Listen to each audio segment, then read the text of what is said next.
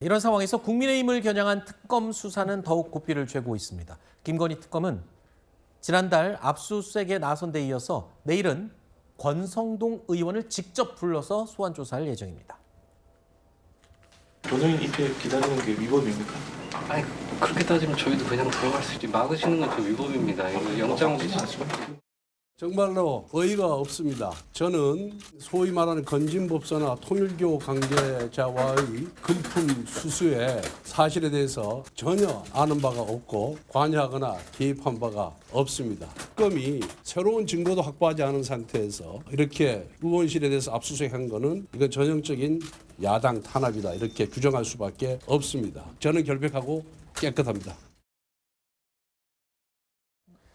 특검은 이 권성동 의원이 통일교 측으로부터 불법 정치자금 억대를 수수한 정황을 포착한 것으로 알려지고 있죠. 수사를 계속 진행해 왔었는데요. 통일교 청탁 의혹의 핵심 인물 가운데 한 명이죠. 권성동 의원이 특검에 지금 직접 나와서 조사를 받는 건 처음입니다. SNS를 통해서 나는 결백하다라면서 이번 특검 수사를 표적 숙청의 시도다라고 규정을 했습니다. 자, 일단 특검 수사에 권성동 의원 지금 말하는 걸 보면 굉장히 강하게 대응을 하겠다라는 걸로 보입니다만 특검이 어느 정도 증거와 증언들을 확보했는지가 관건일 것 같습니다. 사실 이제 뭐 특검이 얼마만큼의 증거를 확보했는지 저희가 구체적으로 알 수는 없지만 지금 언론에 보도된 바만 따른다고 하더라도 사실 화제가 되었던 이제 통일교의 2인자로 지목되었던 윤 본부장 같은 경우가 여러 가지 내용에 대해서 특검에 대해서 진술을 했다고 하고 또 뭐 권성동 의원이 한학자 총재를 만나가지고 뭐 돈 쇼핑백을 받고 뭐 큰절까지 했다 이런 보도들이 나오지 않았겠습니까?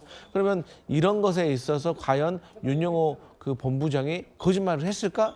아니면 진실일까? 이것을 소명하는 것이 중요한 건데 사실 일관되게 주장을 하고 있고 또 뇌물을 줬다고 하면 뇌물 공여자도 사실 처벌을 받는 상황에서 이런 진술을 했다는 것이 사실 나중에 특검 조사를 넘어서 재판부에 가서 법원에 갔을 때도 사실 조금 더 무게감이 실리는 주장이 아닐까라고 생각을 하고 어쨌든 권성동 의원도 지금까지는 혐의이기 때문에 본인의 혐의를 벗기 위해서는 잘 소명을 해야 될 필요가 있다. 하지만 상당히 난간에 처한 것은 사실인 것 같다. 이렇게 보여집니다. 그리고 또 검찰이 건진법사 전성배 씨에 대한 압수수색 과정에서 발견한 관봉권의 띠지와 스티커를 분실했다는 소식 굉장히 시끄러웠었죠. 자, 관봉권의 띠지와 스티커에는 아주 중요한 정보들이 담겨 있는데 과연 누가 의도적으로 이거를 없앤 거냐 이런 의혹이 지금 일고 있습니다. 그런데 시민단체가 지금 김건희 특검에 심우정 전 검찰총장, 신흥석 전 서울 남부지검장을 고발을 했습니다.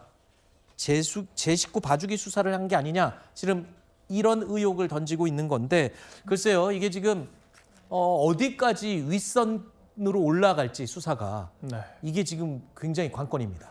일단은 규명해야 될 것들이 상당히 많은 것 같습니다. 일단 이것이 잃어버렸다라고 하는 그 주장에 대해서 잃어버린 게 맞는 것인지 아니면 의도적으로 훼손을 한 것인가 이거부터 규명을 해야 될 것 같고요. 또한 만약 그런 행위가 있었다라고 하면은 그 행위가 누구로부터 시작이 되었는가, 지시를 받고 한 행동인가 여러 가지를 입증을 해야 한다라고 생각을 하거든요. 그렇다라고 하는 것은 아직 이것을 규명하기에는 조금 선제적으로 이르다라고 저는 생각을 하고 이런 부분들이 뭐 이제 민주당은 검찰 개혁에 강력한 근거 아니냐라고까지 주장을 하지만 저는 이런 것들은 검찰 내에서 여러 가지 이제 조치들을 통해서 징계 절차를 밟고 진상규명 과정을 밟는 것이 우선 선행되어야 한다라고 생각을 하고요. 벌써부터 이런 부분들을 가지고 검찰 개혁의 속도전만 주장하는 것은 맞지가 않다라고 보여집니다.